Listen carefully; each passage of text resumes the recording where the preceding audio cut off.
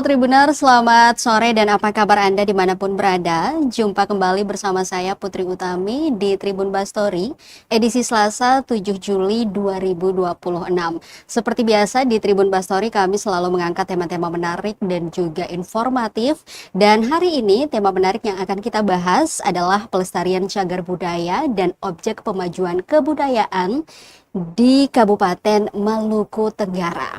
Seperti yang kita tahu Tribuners bahwa Balai Pelestarian Kebudayaan terus berupaya untuk memperkenalkan dan juga melestarikan berbagai kebudayaan yang ada di Maluku, baik cagar budaya maupun objek pemajuan kebudayaan atau OPK. Nah, kalau beberapa waktu lalu kita sudah membahas berbagai cagar budaya dan juga OPK yang ada di Maluku Tengah, kemudian juga yang ada di Kabupaten Buru, serta Kabupaten Kepulauan Aru. Nah, kali ini kita akan membahas berbagai kebudayaan yang ada di Kabupaten Maluku Tenggara. Ada apa saja dan seperti apa perkembangannya saat ini? Kita akan membahasnya bersama dengan dua narasumber saya yang sudah hadir di studio kami Tribuners. Namun sebelum saya perkenalkan, saya mau mengingatkan kepada Anda yang mungkin punya pertanyaan seputar tema, silakan ditulis di kolom komentar karena kami live di kanal YouTube dan juga Facebook fanpage Tribun Ambon. Langsung saja kita sapa Tribuners. Yang pertama ada Pak Ronaldo Arahayaan selaku Pamong Budaya BP Kebudayaan Maluku, dan juga ada Pak Hapsoro Ari Widyatama sama juga Pamong Budaya BP Kebudayaan Maluku. Halo, selamat sore Pak Ronald dan juga Pak Hapsoro. Apa kabarnya hari ini?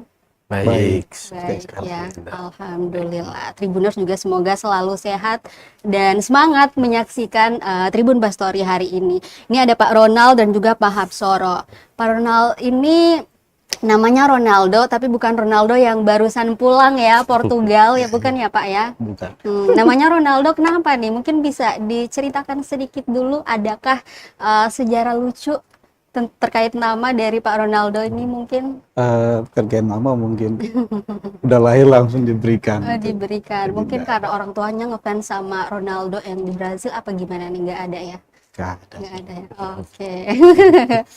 Oke Pak Ronald dan juga Pak Hapsoro, ini kita mau bahas mengenai berbagai kebudayaan baik cagar budaya maupun OPK yang ada di Maluku Tenggara. Namun sebelum kita bahas lebih jauh, kita mau menyegarkan kembali ingatan Tribuners mengenai cagar budaya dan OPK. Mungkin ada yang masih bingung. Sebenarnya apa sih bedanya cagar budaya dan juga OPK? Karena dua-duanya ini kan kebudayaan. Mungkin bisa dijelaskan dulu Pak Ronald. Iya, selamat sore Tribuners, selamat sore Sobat Berita Budaya di mana saja. Kita bicara soal objek pemajuan kebudayaan, tentunya ini lahir dari Undang-Undang Nomor 5 Tahun 2017 yang mengatur tentang pelindungan, pengembangan, pembinaan, dan pemanfaatan. Nah, di Kabupaten Maluku Tenggara sendiri, kami melihat banyak sekali potensi yang ada di sana terkait dengan 10 objek pemajuan yang ada di dalam Undang-Undang Nomor 5 Tahun 2017 itu sendiri. Ya, di antaranya ada ritus, kemudian ada bahasa, ada kesenian, sampai dengan pengetahuan tradisional. Itu untuk OPK-nya. Kalau cagar budaya sendiri, mungkin definisinya dulu, baru apa saja cagar budaya yang ada di Kabupaten Maluku Tenggara, Pak? Oke, kalau cagar budaya sendiri dia diatur dalam Undang-Undang Nomor 11 Tahun 2010, dan cagar budaya itu sendiri dia berbentuk benda yang bisa disentuh, dipegang, dan itu bisa berupa benda, bangunan maupun struktur. Itu ya Mas. Iya, izin menambahkan, jadi kalau kita bicara soal cagar budaya berarti kita memang benar kita mengacu pada Undang-Undang Nomor 11 Tahun 2010 ayat pertama, yaitu definisi cagar budaya sendiri yaitu sebuah warisan budaya yang bersifat kebendaan. Jadi dia bersifat kebendaan. Jika kita bicara OPK tadi Pak Ronald bicara soal nilainya yang abstrak, yang warisan budaya tak benda. Kalau cagar budaya kita bersifat benda dan dia ada di darat maupun di dalam air. Dan dia ada 4 jenis, ada 4 kategori cagar budaya. Yang pertama adalah benda, lalu struktur, bangunan, kemudian kawasan. Dan apa yang membuat dia bisa jadi cagar budaya itu karena dia ada nilai penting. Nah, nilai-nilai penting ini yang kemudian kita bisa lihat dari termasuk 10 nilai OPK yang Pak Ronald kemukakan tadi. Jadi antara cagar budaya dan nilai budaya itu saling berkaitan seperti itu. Oke, jadi seperti itu ya, ada Ya. perbedaan di antara keduanya. Nah, kalau kita ngomongin soal Maluku Tenggara, kalau di Maluku Tenggara tuh cagar budaya yang paling dikenal apa sih, Pak? Ya kalau di Kabupaten Malaka itu ada banyak sih sebenarnya, Putri. Yang paling dominan itu situs megalitik yang ada di kawasan Wadir Tahun. lukisan prasejarah, dan juga di sana ada rumah sakit tinggalan Belanda, kemudian ada benteng tradisional namanya benteng Lura di Pulau Besar, juga ada beberapa tinggalan Jepang ya seperti bunker, pillbox. Kalau yang paling dominan itu yang tadi megalitik situs. Oh, lumayan banyak ya, Pak ya. Iya. Nah, di sana itu masyarakatnya sendiri sering nggak mengunjungi berbagai cagar budaya yang ada di sana, atau mungkin mereka yang dari luar misalnya, dari yang Bapak lihat seperti apa? Iya, baik. Kalau terkait kunjungan dari wisatawan luar ya, itu mungkin ada ya sering juga kalau dalam domestik sendiri jarang, karena statusnya masih DCB, oke, cagar budaya. Kalau cagar budaya itu kan sudah ditetapkan dari masa sekolah. Nah ini kan belum ditetapkan, jadi kondisi saat ini masih belum banyak perhatian terhadap masyarakat. Untuk Tapi dijadikan- apakah punya potensi untuk menjadi cagar budaya? Oh iya, lagi potensial ya. Lagi didorong oleh Pemda Malaka sendiri untuk menyiapkan naskah pengusulan. Kemungkinan tahun depan bisa diusulkan sebagai cagar budaya tingkat kabupaten. Oke, kalau OPK sendiri apa aja, Pak? OPK sendiri kita sudah dari balai sudah melakukan banyak studi dan dokumentasi, dan tahun ini kita dari Malaka itu ada 5 yang sudah ditetapkan sebagai warisan nasional. Apa aja tuh, Pak? Ya, di antaranya arsitektur tradisional Rahantili, kemudian makanan tradisional Embal. Ketiga itu baru ditetapkan dalam bulan ini. Itu tradisi Pranata adat namanya Holear. Ya. Seperti sasi, kalau ini Maluku. Kemudian ada pisang sanggar, tapi bukan sanggar komunitas ya. Ini pisang yang digoreng menggunakan bahan tepung embal. Oke, yang biasa dibilang pisang embal, kita kenal dengan Iya, sebutan pisang embal itu ya. Betul sekali. Oke. Kemudian satunya tuh tradisi lisan, siksik ya. Dia kayak nyanyian-nyanyian adat itu. Jadi total Kabupaten Malaka tahun ini udah menyaksikan 5 warisan budaya tahunan nasional. Kemudian satu lagi mungkin ya, Embal ini lagi naik kelas, dia lagi digodok untuk ke UNESCO. tingkat UNESCO. Masih dalam prosesnya di kementerian. Kalau embal sama ini Pak, bubuk itu apakah beda lagi atau seperti apa? Kan kalau saya lihat di postingan BP Kebudayaan ada bubuk itu kan. Kalau embal sama bubuk sebenarnya sama aja. Kalau embal ini lebih ke produk bakunya, bahannya. Dari bentuknya singkong, yang beracun mereka mengolah menggunakan pengetahuan tradisional. Bubuk ini sudah jadi, sudah diolah menjadi makanan siap untuk dikonsumsi. Seperti itu. Kalau untuk bahasa tadi ada apa aja Pak? Sorry. Bahasa. Di sana bahasa K. Bahasa K ya. Bahasa K. Sebutnya tuh WWF. WWF yang artinya bahasa K. K. WWF. Nah, ngomongin soal bahasa nih Pak, saya mau singgung sedikit. Kan tidak semua orang K atau orang Maluku Tenggara gitu tahu kan bahasa K ini. Apalagi mereka yang mungkin sudah migrasi sejak lama gitu. Nah, dan ada juga mungkin sebagian orang yang menganggap bahwa bahasa daerah itu sudah tidak begitu penting dan relevan di era modern saat ini. Nah, apa pendapat eh, Bapak secara pribadi ataupun mungkin dari BP Kebudayaan Maluku sendiri melihatnya seperti apa? Ya, kami saya melihat dari perspektif budaya Mm-mm. dari Bali sendiri. Penggunaan bahasa K di daerah Kabupaten Maluku Tenggara masih banyak, masih bagus. Itu di mana masih terlihat dalam setiap keluarga, bagaimana mereka berbicara sehari-hari menggunakan bahasa K.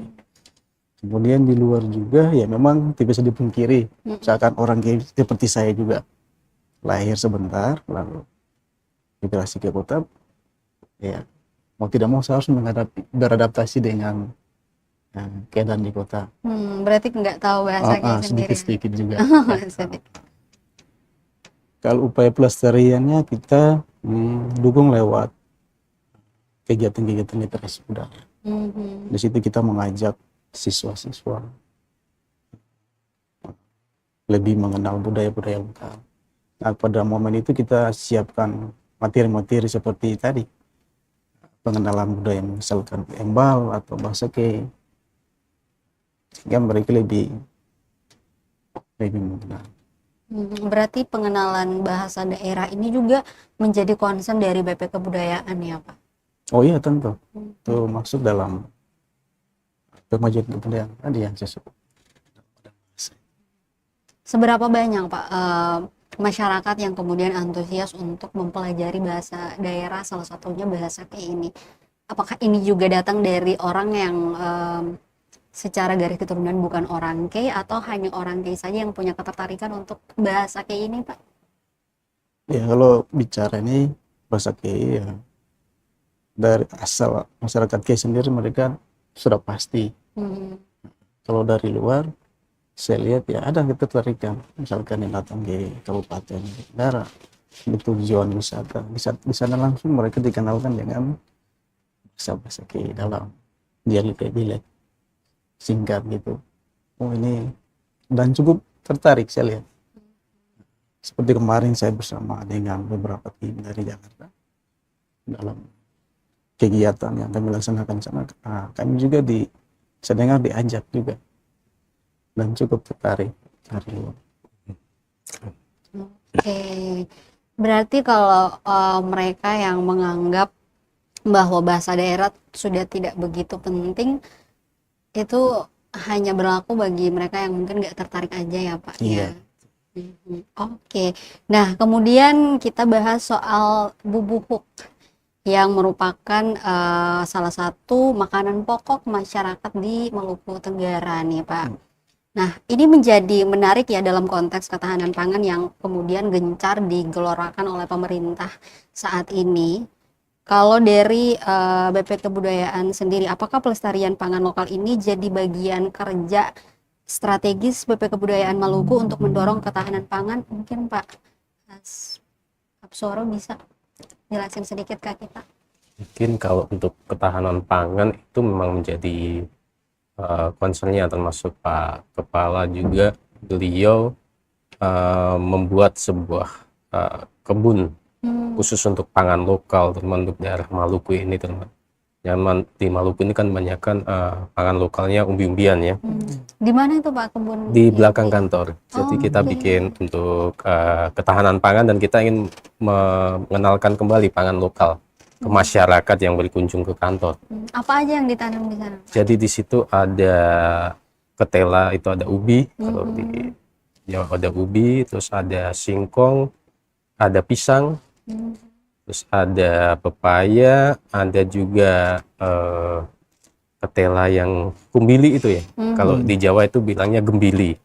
Nah, itu pangan-pangan lokal yang kita tanam di sana untuk kita kenalkan ke masyarakat atau pengguna layanan BP Kebudayaan yang datang ke BPK untuk lihat, wah ini ternyata ada pangan lokal yang sudah dikonsumsi oleh masyarakat Maluku sejak zaman dulu, seperti itu. Terus untuk masalah bubuhuk itu mungkin itu dari salah satu nilai budaya OPK ya, salah satu OPK kuliner yang ada. Kebetulan saya juga dari kalau saya dari cagar budaya ya. Kalau saya tadi menambahkan dari pernyataannya Pak Ronald sendiri ya, untuk cagar budaya.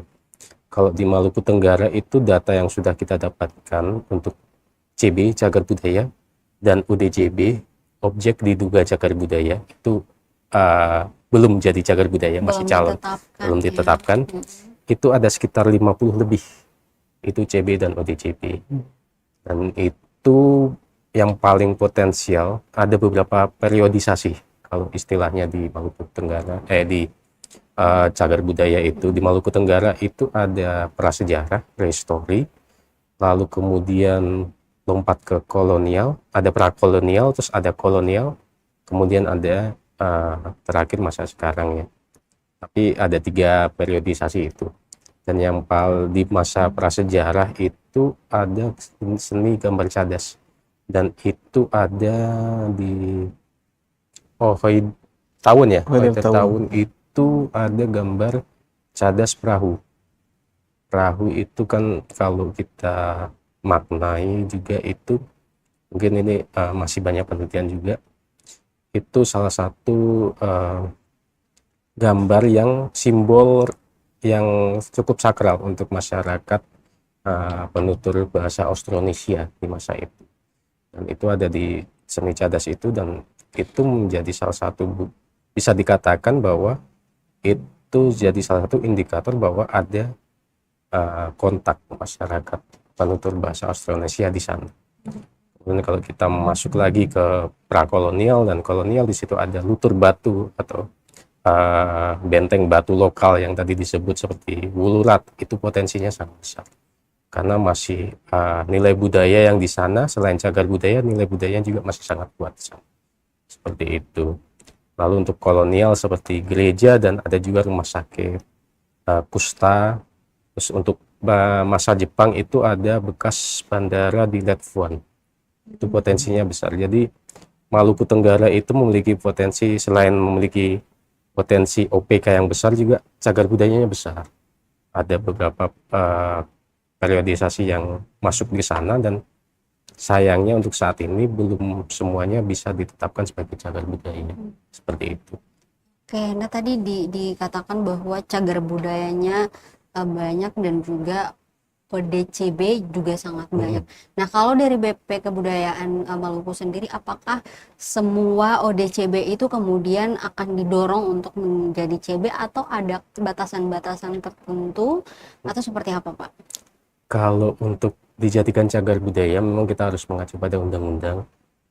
Salah satunya dia sudah 50 tahun lebih. Kemudian dia memiliki nilai penting, itu yang harus kita cari. Dan untuk melakukan penetapan cagar budaya, kita di BP Kebudayaan itu, tugas kita adalah mendampingi pemerintah daerah. Kita dari Kementerian Kebudayaan, sebenarnya kami hanya melakukan studi dan melakukan inventarisasi. Dan kemudian kita mendampingi pemerintah daerah untuk menetapkan cagar budaya. Untuk penetapan cagar budaya itu akan ada beberapa tahapan. Pertama, dia akan ditetapkan cagar budaya di peringkat kota atau kabupaten dulu. Nah, di sini kami dikomandoi oleh Pak Ronald mendampingi Pemda Maluku Tenggara untuk melakukan inventarisasi dan melakukan kajian naskah penetapan di tingkat kabupaten. Nah, jika dia sudah dilihat ternyata memiliki nilai penting bagi Provinsi Maluku, mungkin seperti lukisan cadas yang di Ohider Tawun, lalu benteng lokal Wulurat, itu bisa dinaikkan ke tingkat provinsi. Nah, ini tugasnya Pemprov Maluku untuk melakukan penetapan. Nah, kemudian jika ternyata ada beberapa yang dia punya potensi untuk menjadi cagar budaya nasional, di sini kami dari BP Maluku melihat gambar cadas ini memiliki potensi untuk ke nasional. Itu baru kemudian ditetapkan sebagai cagar budaya nasional. Nah, itu jadi kita sebenarnya wewenang kita hanya untuk mendampingi pemerintah daerah dalam melakukan penetapan itu tetap di wewenang ada di Pemda, bukan di BP Kebudayaan Maluku, seperti itu. Oke, jadi ternyata ini ada tahapan-tahapannya juga ya. Ya. Berarti kalau untuk di Maluku Tenggara berarti apa saja nih Pak yang hanya merupakan cagar budaya kabupaten kota, kemudian provinsi, dan ada nggak yang sampai udah ditetapkan sebagai cagar budaya nasional? Kalau di Maluku Tenggara dari data yang kita punya itu sementara belum ada yang ditetapkan sebagai cagar budaya, masih ODCB semua. Oke. Yang sudah ditetapkan itu tahun kemarin itu sayangnya bukan sayangnya ya. Jadi dia masuk ke Kota Tual. Jadi kan Kota Tual dulu masuk Maluku Tenggara ya. Terpisah dia. Terpisah, sekarang udah dimekarkan, udah terpisah. Jadi yang sudah ditetapkan itu yang di Kota Di Tual. Kota. Maluku Tenggara ini masih ODCB, dan kemarin saya sempat sempat ngobrol dengan Pak Kepala Dinas, Pak Putri Tofi juga di Zoom itu, bahwa beliau emang semangat untuk melakukan penetapan. Cuma saat ini memang masih terkendala di kajian-kajian untuk ODCB itu. Karena untuk melakukan penetapan kita perlu melakukan kajian terhadap ODCB tersebut. Kalau mekanismenya sendiri Pak, apakah kayak misalnya ada suatu objek diduga cagar budaya yang kemudian misalnya ditemukan oleh masyarakat gitu, apakah kemudian masyarakat punya peran juga misalnya untuk melaporkan misalkan ke pemerintah daerah, kemudian nanti bekerja sama dengan BP Kebudayaan, kemudian pada akhirnya nanti ditetapkan sebagai cagar budaya, atau seperti apa? Kalau dari peran masyarakat sendiri bisa nggak seperti itu? Kalau masyarakat sendiri memang kita perlu untuk dia mengembangkan perannya, membantu kita melaporkan jika ada temuan ODCB. Jadi di di BP Kebudayaan Maluku sendiri kami sedang mengembangkan dashboard itu untuk masyarakat bisa melaporkan temuan ODCB di daerah mereka. Dan ketika ada laporan itu, kami dari tim BP Kebudayaan akan melakukan tindak lanjut atas laporan tersebut. Nah, jika nanti misal paling gampang kan ada CB itu bentuknya benda ya. Misal ada botol dari zaman prasejarah ditemukan di rumah seseorang di Maluku Tenggara, dia bisa melaporkan langsung via WhatsApp atau lewat dashboard kami temuan itu, dan kemudian kita akan melakukan tindak lanjut. Jika ternyata itu punya nilai penting, ilmu pengetahuan, nilai penting sejarah, arkeologis, dan lain-lain, maka kita akan rekomendasikan ke tenaga ahli cagar budaya untuk melakukan kajian. Karena benda botol ini bisa potensial untuk menjadi cagar budaya. Entah itu nanti di kabupaten dulu, atau bahkan dia bisa sampai ke nasional, seperti itu. Jadi tahapannya seperti itu. Jadi dari kami BP Kebudayaan kita menerima laporan ODCB dari masyarakat, dan kita melakukan tindak lanjut, kita melakukan analisis pertama, dan jika ternyata kita lihat itu memiliki nilai penting, kita akan dorong Pemda dan tenaga ahli cagar budaya Kabupaten Maluku Tenggara untuk melakukan kajian, dan kemudian ditetapkan sebagai cagar budaya, benda cagar budaya. Oke, yang penting memenuhi persyaratan-persyaratan yang dipersyaratkan seperti itu ya Pak ya. Oke, dah mungkin kita balik lagi tadi ya ke bubuhuk nih Pak Ronald, yang merupakan makanan, bisa dibilang makanan khas di Maluku Tenggara ya. Nah, kita tahu bahwa makanan pokok orang Indonesia, mungkin orang Maluku juga, itu kebanyakan nasi gitu. Dan apa sih strategi BP Kebudayaan Maluku dalam mendorong pelestarian pangan khas bubuhuk ini? Karena kalau kita lihat banyak yang kemudian sudah mulai berpaling begitu dari makanan khas di daerah mereka, selain mungkin bubuhuk di daerah lain gitu, udah beralih ke nasi. Seperti apa BP Kebudayaan Maluku mendorong kelestarian pangan lokal? Jadi kami melihat dari sisi, sekali lagi dari perspektif budaya, ya, yang punya kebudayaan dalamnya pelindungan, pengembangan, dan pembinaan. Di sini kami mendorong lewat penetapan sebagai warisan budaya.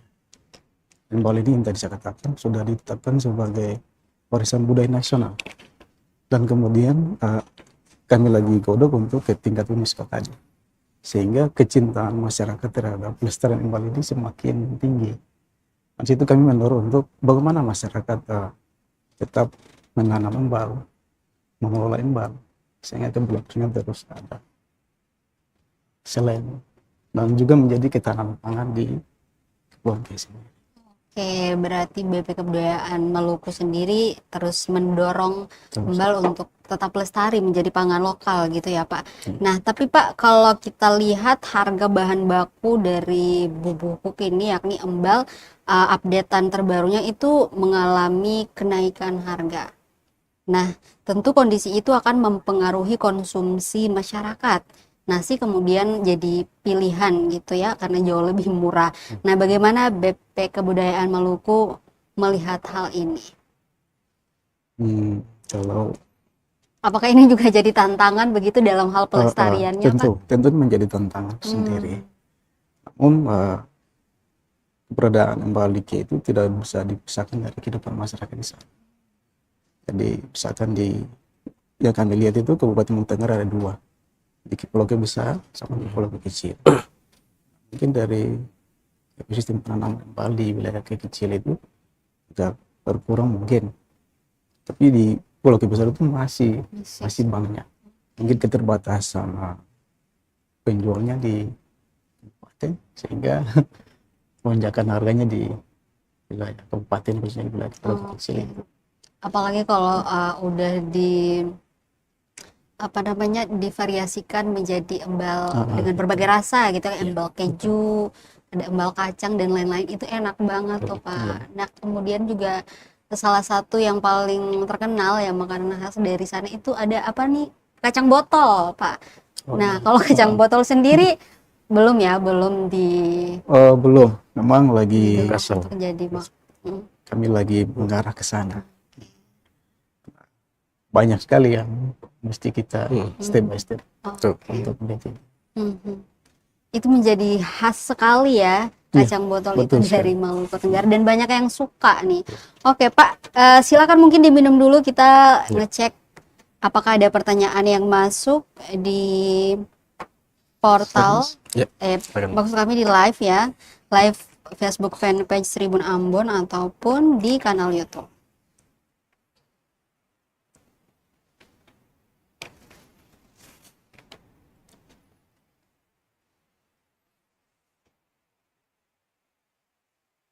Oke, karena belum ada, kita lanjut lagi nih Pak. Dari dari pembahasan mengenai bubuk tadi, di luar masalah pangan lokal, saya dan banyak masyarakat ini kemudian jadi banyak tahu nih Pak soal buah karya hingga warisan budaya dari berbagai postingan di media sosialnya BP Kebudayaan Maluku. Misalnya di Pulau Geser itu kalau kita lihat ada tradisi batu molo, kemudian juga di negeri Haria ada yang namanya meja kawin. Nah, itu menjadi informasi baru nih bagi sebagian masyarakat yang belum tahu dan belum mengenal gitu. Dan kalau kita lihat juga engagementnya di media sosial sangat tinggi nih di postingannya BP Kebudayaan Maluku. Nah, seperti apa sih strategi digital BP Kebudayaan Maluku dalam konteks pelestarian budaya? Mungkin Pak Habsoro boleh.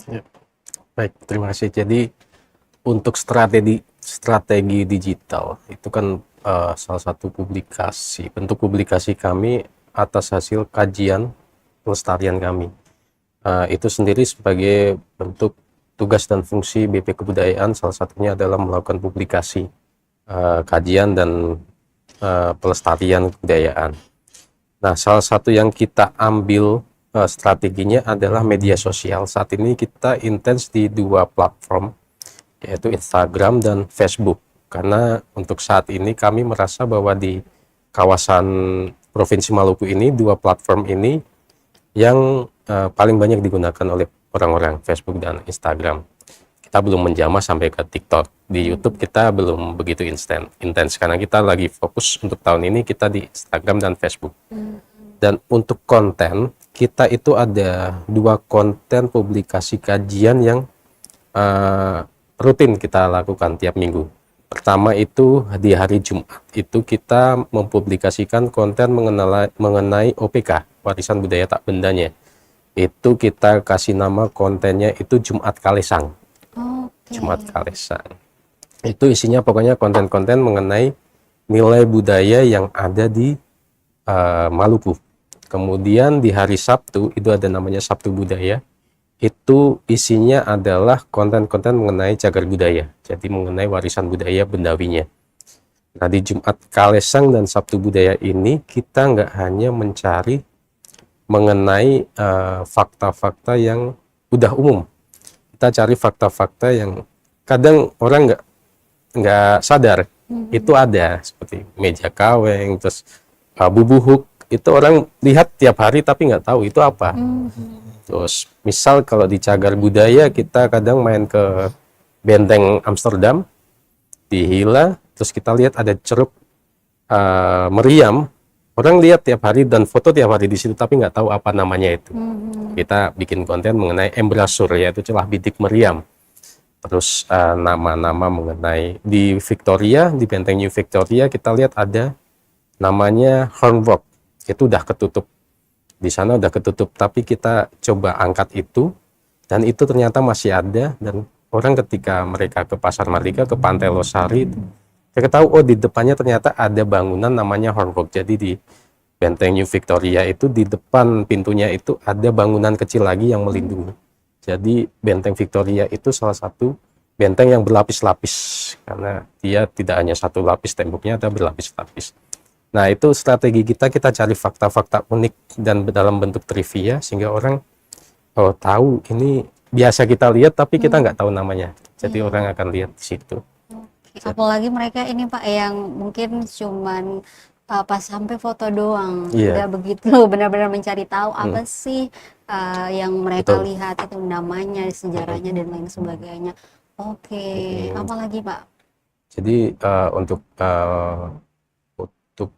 kajiannya seperti itu. Terus untuk di YouTube itu kita masih belum rutin, tapi untuk beberapa bulan ini kita sudah mulai masukkan beberapa film-film dan kita kerjasama dengan beberapa kreator juga seperti itu. Dan juga di Instagram kita juga masukkan strategi kita masukkan juga beberapa testimoni dari komunitas yang memang bekerja sama dengan kita. Jadi kan kita ada namanya bantuan fasilitasi pemajuan kebudayaan, dan itu bantuan yang selalu diterima, yang langsung diterima oleh masyarakat untuk pemajuan kebudayaan. Nah dari situ kita pengen lihat apakah bantuan ini benar-benar bermanfaat bagi mereka atau perlu ditingkatkan lagi. Dan itu kita rangkum dalam testimoni-testimoni mereka setelah menerima bantuan itu. Seperti itu. Jadi untuk saat ini selain untuk strategi digital, selain hanya untuk berita-berita rutin seperti kunjungan dan lain-lain, kita fokuskan ke Sabtu Budaya dan Jumat Kalesang, dan juga testimoni-testimoni dari penerima bantuan fasilitasi pemajuan kebudayaan seperti itu. Berarti memang BP Kebudayaan Maluku sendiri sangat concern ya terhadap publikasi, tapi masih fokus di dua platform tadi ya, Facebook sama Instagram. Mungkin nanti bisa merambah ke TikTok kali ya Pak. Soalnya kalau dari data gitu, masyarakat itu jauh lebih banyak menggunakan aplikasi yang satu itu tuh Pak. Betul. Cuma kita memang untuk SDM kita memang kita masih ada sedikit keterbatasan. Jadi kita sedang melakukan pengembangan di situ. Dan juga kita kan bertahap kali ya Pak ya. Kita kerjasama di medsos juga dengan Tribun juga, Tribun Ambon juga, dan juga di platform websitenya ya. Itu salah satu strategi kita juga. Itu. Nah itu tadi kalau dari segi strategi digital. Nah kalau secara umum sendiri apa saja sih Pak upaya-upaya yang dilakukan oleh BP Kebudayaan Maluku untuk terus memperkenalkan dan juga melestarikan berbagai kebudayaan tadi ya, baik cagar budaya maupun OPK yang ada di berbagai daerah di Maluku? Jadi untuk memperkenalkan kita ada dua jenis layanan, yaitu layanan di dalam kantor dan layanan di luar kantor. Jadi untuk layanan di dalam kantor, untuk tahun lalu itu kita sudah mengembangkan ada simulasi ekskavasi arkeologi. Itu untuk teman-teman yang mau belajar mengenai di mana sih arkeolog itu menemukan tinggalan masa lalu benda-benda berbakala yang ada di dalam tanah. Kita ada tempat simulasinya. Dan kemudian kita juga ada simulasi bakar batu, sikartu. Ada kumak. Kumak itu dari Maluku Tenggara, Pak, ya? Dari Kepulauan Tanimbar. Kepulauan Tanimbar, oh ya, dari Kepulauan Tanimbar. Itu salah satu cara orang-orang zaman di Kepulauan Tanimbar untuk memasak. Dipakai batu dia masak. Nah, kita ada simulasinya di situ, di kantor itu. Lalu kita di kantor itu juga ada yang sedang kita kembangkan di akhir tahun lalu, ada miniatur cagar budaya nasional. Oke. Nah, kita ada 3 miniatur benteng Amsterdam, benteng Dorstede, dan benteng Belgika. Itu kalau ada tamu bisa lihat, dan kita akan ada teman-teman dari Pamong Budaya juga yang akan menjelaskan mengenai sejarah dan juga nilai penting dari benteng-benteng tersebut. Lalu kita akan sediakan juga miniatur tahuri. Tahuri sebagai bentuk salah satu warisan budaya tak benda Indonesia yang alat musik khas Maluku yang kita perkenalkan juga di situ. Itu untuk layanan yang ada di kantor. Termasuk juga nanti ke kantor kita ada nano museum, ada juga layanan belajar mengenai kesenian seperti belajar tari Tenabar Ilaha dari Tanimbar, belajar ukulele juga kita ada di situ. Jadi setiap hari Kamis ya Pak ya, nah, kita bisa terima tamu untuk melakukan belajar mengenai ukulele dan juga seni seperti itu. Jadi bisa datang ke kantor seperti itu. Kita juga ada teater mini, itu nanti bisa menyurat untuk jika ingin menggunakan fasilitas-fasilitas tersebut. Nah, untuk layanan yang di luar kantor kita itu ada bioskop keliling. Jadi nanti kita datang ke sekolah-sekolah atau juga ke desa-desa. Kita akan menampilkan film-film kebudayaan karya BP Maluku dan karya-karya dari Kementerian Kebudayaan. Kita masuk ke desa-desa dan kita putar film di situ. Lalu ada juga literasi budaya. Itu biasanya nanti kita ke sekolah-sekolah, kita akan memperkenalkan ke siswa-siswa. Misal kemarin terakhir kita ke Seram di Amahe, kita bicara soal cagar budaya dan juga objek pemajuan kebudayaan yang ada di Amahe. Jadi ternyata kita lihat murid-murid di sana mungkin mereka seringkali lihat, cuma mereka belum sadar. Mereka kenal tapi belum sadar. Mereka tahu di situ ada cagar budaya, di tempat mereka ada objek pemajuan kebudayaan, namun belum menyadari. Nah, tugas kita sebagai BP Kebudayaan adalah membuat mereka sadar dan ikut melestarikan seperti itu. Itu strategi kita. Oke, luar biasa sekali ya Tribuners. Jadi untuk kalian yang mungkin kalau lagi gabut hari Kamis bisa datang ke kantor untuk belajar apa tadi Pak? Ukulele dan lain sebagainya. Mungkin yang belum pernah ke benteng Belgika, Dorstede, Amsterdam bisa datang juga ke kantor untuk melihat miniaturnya ya Pak, sementara ya? Kalau belum ke Banda atau ke Saparua, kita bisa lihat miniaturnya di kantor BP Kebudayaan. Nanti dibantu untuk dijelaskan juga ya Pak. Betul sekali. Wow, luar biasa sekali. Dicatat ya, itu setiap hari apa Pak? Kamis tadi? Kalau untuk ukulele itu di setiap hari Kamis. Kalau untuk lihat miniatur dan penjelasan setiap Senin sampai Kamis kita buka. Waktu kantor ya Pak Waktu kantor, jam kantor. Oke. Nah Pak, kita tahu bahwa untuk melakukan berbagai upaya pelestarian dan juga memperkenalkan tadi, itu BP Kebudayaan Maluku tentu tidak bisa bekerja sendiri begitu ya untuk mencapai visi dan misinya gitu, butuh kolaborasi berbagai pihak.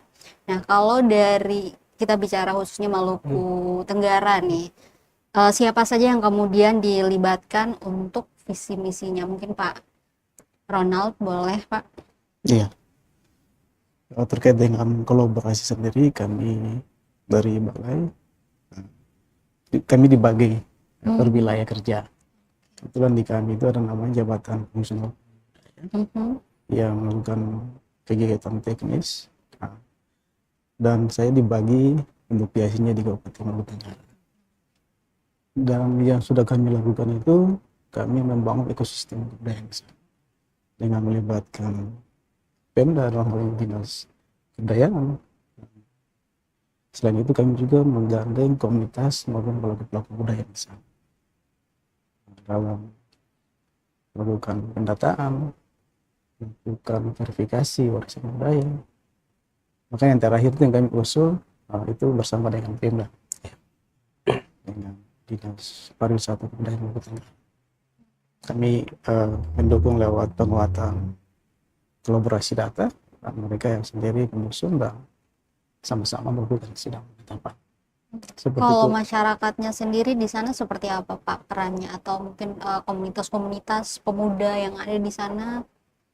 Ya, kalau peran masyarakatnya semuanya karena wilayah-wilayah adat, jadi masih kuat pelestarian. Tinggal bagaimana kita dari balai mengajak untuk sama-sama berkolaborasi, tentu dalam upaya pelindungan, pengembangan, serta pemanfaatan yang pembinaan tadi. Oke, kalau untuk tantangannya sendiri seperti apa Pak? Kalau Ada untuk nggak? tantangan, saya melihat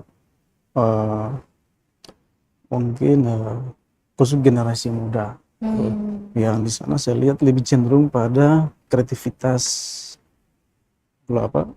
kesenian-kesenian luar gitu.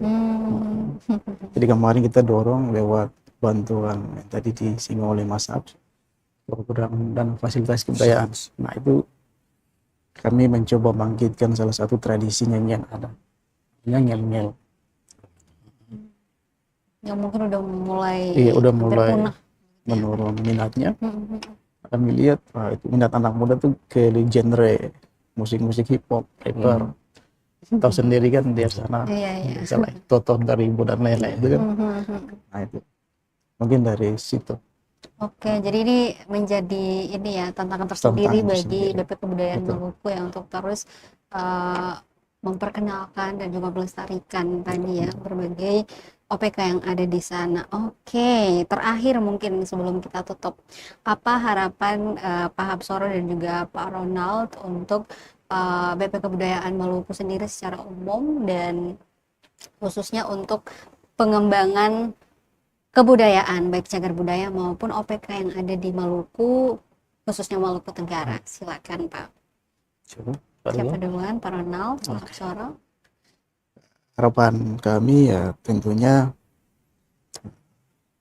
minat generasi muda, kecintaan generasi muda terhadap kebudayaan Maluku khususnya di Kabupaten Maluku Tenggara, budaya KI semakin ditingkatkan, dan tentunya kita tidak bisa berjalan sendiri.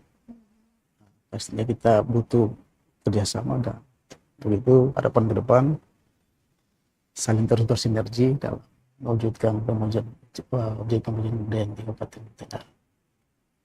Seperti itu. Pak Hapsoro terakhir Pak. Mungkin saya sama seperti Pak Ronald dan juga menambah sedikit. Jadi kalau kita lihat Maluku Tenggara, terutama Kepulauan K, itu merupakan salah satu titik penting dalam prasejarah Indonesia, karena ada temuan-temuan gambar cadas yang merupakan salah satu bukti bahwa keberadaan migrasi masyarakat penutur Austronesia di sana.